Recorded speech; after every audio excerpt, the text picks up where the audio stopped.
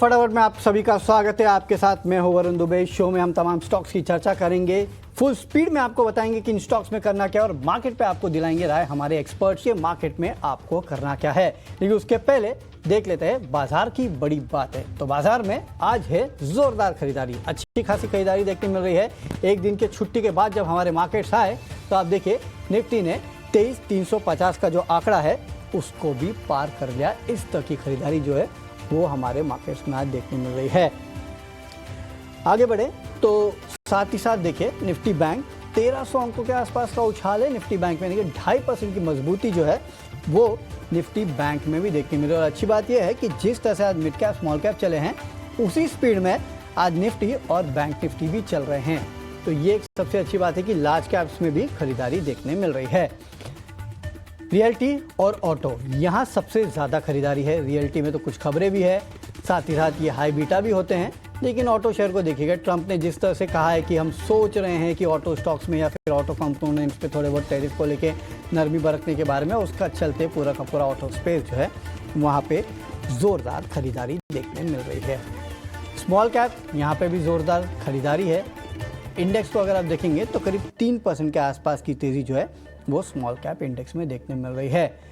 और mid cap भी देखेंगे तो करीब 2-2.25% के आसपास की तेज़ी यहाँ पे भी है। वहीं इंडिया विक्स जो पिछले कुछ समय में 20-25 के आसपास पहुँच चुका था, उसमें अब लगातार गिरावट देखने मिल रही है। 16.5 के नीचे है। 18%, 18.5% की कमजोरी जो है वो इंडिया विक्स में देखी जा रही है।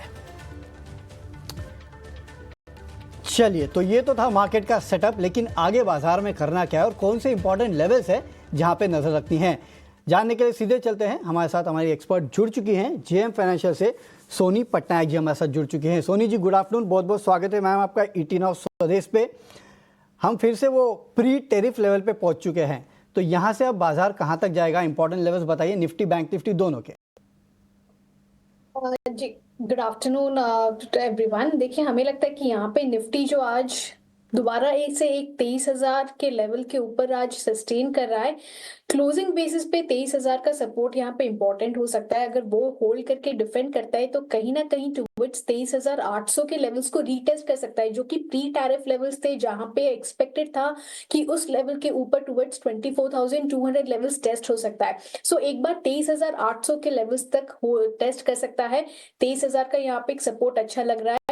इंपॉर्टेंट यहाँ पे है बैंक निफ्टी और फिन निफ्टी पे ध्यान देने के लिए, बिकॉज वहां पे ब्रेकआउट काफी क्लियर है और विजिबल है, स्पेशली बैंक निफ्टी में, जो कि आज 52,000 के रेजिस्टेंस को काफी टाइम के बाद एक बार क्रॉस किया है।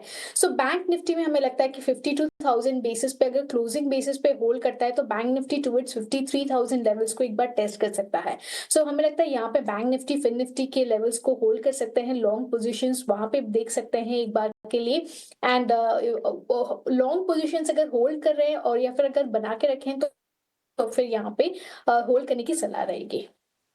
ओके चलिए, तो ये राय आती हुई निफ्टी बैंक निफ्टी पे। इनफैक्ट बैंक निफ्टी में जो है वो एक अच्छा खासा ब्रेकआउट देखने मिल रहा है। आज देखिए आप 52,400 के आसपास जाके बैंक निफ्टी आया और लाइफ हाई देके बैंक निफ्टी का 54,467 पे, यानी कि 2,000 पॉइंट की दूर है बैंक निफ्टी अपने लाइफ हाई से। ये बात को आप याद रखेगा। लेकिन चलिए साथ ही साथ सोनी जी के पिक्स भी जान लेते हैं। मैम आपके पिक्स कौन से? फिर क्या बैंकिंग स्पेस से कोई है या फिर कोई और स्टॉक है, बताइए। यहाँ पे हमें लगता है कि ओवरऑल बैंकिंग फाइनेंशियल स्पेस को ही होल्ड करना चाहिए।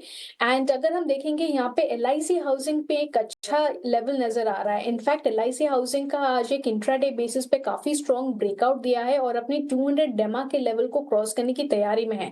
सो एलआईसी हाउसिंग को यहाँ पे खरीद सकते हैं, तो करंट लेवल से बाय कर सकते हैं। 580 के सपोर्ट डिक्लाइन तक बाय कर सकते हैं। हमें यहाँ पे लगता है कि एक बार अगर वो 600 लेवल को क्रॉस करेगा, पोजिशनली टुवर्ड 620 प्लस लेवल्स नजर आ सकते हैं। सो करंट लेवल पे बाय कर सकते हैं और स्टॉप लॉस यहाँ पे रहेगा आपका 565 के स्टॉप लॉस के साथ इसको होल्ड कीजिए एलआईसी हाउसिंग टुवर्ड 620 और 630 टारगेट्स के लिए। अब ये है पहला पिक। दूसरा बिग पिक यहाँ पे रहेगा एसबीआई लाइफ में, जो कि आज सिमिलर फॉर्मेशन पे एक स्ट्रॉन्ग ब्रेकआउट दिया है। और एसबीआई लाइफ हमें लगता है कि आज जो अपने 200 डेमा के ऊपर क्रॉस किया है टुवर्ड 1620 लेवल्स एक बार टेस्ट कर सकता है। सो एसबीआई लाइफ में भी करंट लेवल से आप बाय कर सकते हैं 1530 के स्टॉप लॉस के साथ 1640 1650 टारगेट्स के लिए। ओके, चलिए, तो ये दो स्टॉक्स है जहाँ पे खरीदारी की सलाह है, और दोनों ही दोनों वैसे तो फाइनेंशियल स्पेस से ही है। हाँ, भले LIC हाउसिंग फाइनेंस जो है वो हाउसिंग फाइनेंस स्पेस से है, जहाँ पे आपको खरीदारी करना है 565 का स्टॉप लॉस, 620 630 के लक्ष्य के लिए। और SBI लाइफ इंश्योरेंस स्पेस से ये कंपनी है 640 650 के लेवल के 1640 1650 के लेवल के लिए आप कीजिएगा खरीदारी, 1530 का आपको रखना है स्टॉप लॉस। तो चलिए, ये दो पिक्स है जो कि सोनी जी ने दिए हैं। लेकिन एक स्पेस जो कि आज सबसे ज़्यादा हरकत में है, और वो है ऑटो स्टॉक्स। ऑटो स्टॉक्स पे आप देखिए गजब की तेज़ी आज पूरे का पूरा ऑटो स्पेस जो है उसमें देखने मिल रही है। क्या M&M, क्या टाटा मोटर्स, क्या टायर स्टॉक्स, वहाँ पे भी अगर आप देखेंगे तो आपको जम के खरीदारी देखने मिल रही है आज ऑटो स्टॉक्स में। आप देखिए Bharat forge 5.5%, Tata Motors 4.5%, MRF, M&M, Bajaj auto, Eicher Motors, ये सभी के सभी स्टॉक्स जो है वहाँ तेज़ी है, और स्पेस जो है 3.5% की तेज़ी दिखा रहा है। सोनी मैम, ऑटो स्पेस में से कोई स्टॉक आपको अच्छा लगता है, गिवन द फैक्ट दैट आज तो एक न्यूज़ है उसकी वजह से चल रहा है, लेकिन कहीं ब्रेकआउट है?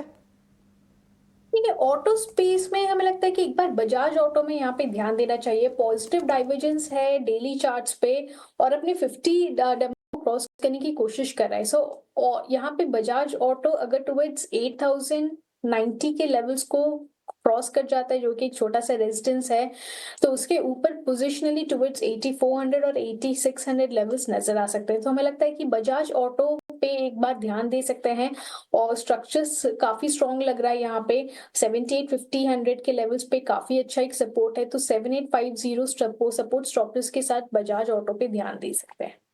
ओके, चलिए, तो ये लेवल से बजाज ऑटो के यहाँ पे आप रखिएगा नज़र। अच्छा, एक इंटरेस्टिंग स्टॉक है जो कि आज चल रहा है, लेकिन ये कितना चलेगा ये पता नहीं, और वो है इंडसइंड बैंक। आप इंडसइंड बैंक को देखिएगा, आज 6-7% के आसपास की तेज़ी है। हालांकि ये वो स्टॉक है जो हमेशा खबरों में रहता है और ख़राब खबरों में रहता है। इसके लिए पूरा बैंकिंग स्पेस अगर 50 वीक हाई पे है तो ये 50 वीक लो से चला है। सोनी मैम, इंडसइंड बैंक में क्या करें? ये रैली टिकाऊ है या फिर यहाँ पे जितने पैसे बन रहे बना के निकल लें?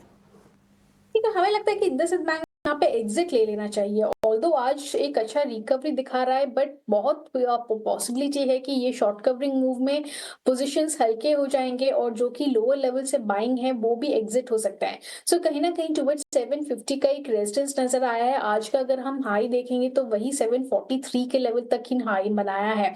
ऑल्दो बैंकिंग स्पेस में स्ट्रेंथ काफी है, उस लिहाज से अगर देखेंगे तो थोड़ा सा खींच रहा है, बट बेटर स्टॉक्स है बैंकिंग या फाइनेंशियल स्पेस में से, जो कि हमने ऑलरेडी अभी शेयर किया है।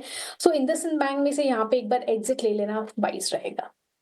ये तो इंडसइंड बैंक एग्जिट लेना आपके लिए बेटर रहेगा, नो डाउट चला है, लेकिन कब तक टिकेगी इसकी तेज़ी टेक्निकली ये कहना थोड़ा मुश्किल है। लेकिन चले स्टॉक से आगे बढ़ते हैं और एक खबर पे फोकस करते हैं। दरअसल टोल यूजर्स को सरकार जो है वो राहत दे सकती है। क्या है ये पूरी खबर, बता रहे हैं हमारे सहयोगी समीर दीक्षित। समीर, बताइए क्या है पूरी खबर, किस तरह की राहत मिलने वाली है? टोल यूजर्स के लिए ये अहम खबर है। सरकार जल्द ही टोल यूजर्स को राहत देने के प्रस्ताव पर मंजूरी दे सकती है। सूत्रों की माने तो नितिन गडकरी, जो कि सड़क परिवहन मंत्रालय की जिम्मेदारी संभाल रहे हैं, वो इस प्रस्ताव को साइन कर सकते हैं अगले हफ्ते 10 दिन के भीतर। और एक बार इसमें सहमति बनती है तो ये टोल यूजर्स के लिए बहुत ज़रूरी जो जिसकी राहत की मांग की जा रही है वो ला सकती है। दरअसल सरकार के पास दो प्रस्ताव हैं जिस पर विचार किया जा रहा है। पहला प्रस्ताव ये है कि 2.5 लेन यानी कि 2 लेन वाले जो हाईवेज हैं वहां पर टोल जो अभी लग रहा है उसको पूरी तरीके से समाप्त किया जाए या वेव ऑफ किया जाए। सरकार का मत यह है कि ऐसा करने पर कोई भी रेवेन्यू के नज़रिए से कोई भी ऐसा नुकसान या लॉस नहीं होगा, क्योंकि ज़्यादातर ऐसे हाईवेज पब्लिक फंडेड हैं। दूसरा जो प्रपोजल है वो इस बात को लेकर के है कि क्यों ना एनुअल पास टोल यूज़र को दिया जाए, जिसकी कीमत तकरीबन 3000 रुपये हो। यानी कि अगर आप प्राइवेट गाड़ी का इस्तेमाल करते हैं तो आप एक एनुअल टोल पास बनवा सकते हैं जो तकरीबन 3000 का होगा, सालाना आप उसका इस्तेमाल कर सकते हैं। सरकार इसको यूं देखती है कि इसमें रेवेन्यू लॉस तो होगा लेकिन उसका क्वांटम ज़्यादा नहीं होगा। इसमें एक और अहम बात यह है कि जो हैवी व्हीकल यूज़र हैं उनके लिए जो राहत की बात है वो ज़रूर दी जा सकती है, लेकिन वो उसके मुकाबले कम होगा। प्राइवेट प्राइवेट यूज़र के जो प्राइवेट कार यूज़र है उसके मुकाबले थोड़ा कम होगा। ऐसा इसलिए क्योंकि आंकड़ों के नज़रिए से अगर आप देखें तो वित्त वर्ष 2024-25 में जो टोटल टोल कलेक्शन है वो तकरीबन 61,000 करोड़ रुपए का था, लेकिन इसमें जो प्राइवेट कार यूज़र के जरिए जो टोल कलेक्शन है वो महज 20-22% ही था, जबकि जो हैवी व्हीकल यूज़र हैं उनके जरिए टोल कलेक्शन तकरीबन 70 से 80% था। यही वजह है कि ज़्यादातर जो टोल सरकार को प्राप्त होता है वो हैवी व्हीकल से होता है, लिहाजा सरकार वहाँ पर बहुत ज़्यादा राहत देने पर विचार नहीं कर रही है। कुल मिलाकर के ये 2 प्रस्ताव हैं जिसपे अंतिम मुहूर्त जल्द दे दी जाएगी। सरकार का यह भी मानना है कि जो भी प्राइवेट ऑपरेटर्स हैं जो टोल कलेक्ट करते हैं 4 लेन या उससे ज़्यादा हाईवेज पर, उनको कंपनसेट किया जाएगा और वो क्वांटम क्या रह सकता है इस पर अभी फिलहाल विचार विमर्श किया जा रहा है। वित्त मंत्रालय को भी इस पूरी प्रक्रिया में लूप में रखा जा रहा है। तो कुल मिलाकर के ये प्रस्ताव है जिस पे जल्द ही सरकार सहमति बता सकती है और इसको फिर साइन करके पब्लिक के सामने ला सकती है। ये शुक्रिया समीर, ये पूरी जानकारी हम तक पहुंचाने के लिए। तो इंटरेस्टिंग है कि यहाँ पे जो टोल लगता है आपको उसके ऊपर सरकार कोई ना कोई प्रस्ताव रख सकती है और कोई ना कोई राहत देने का पूरा प्लान जो है वो यहाँ पे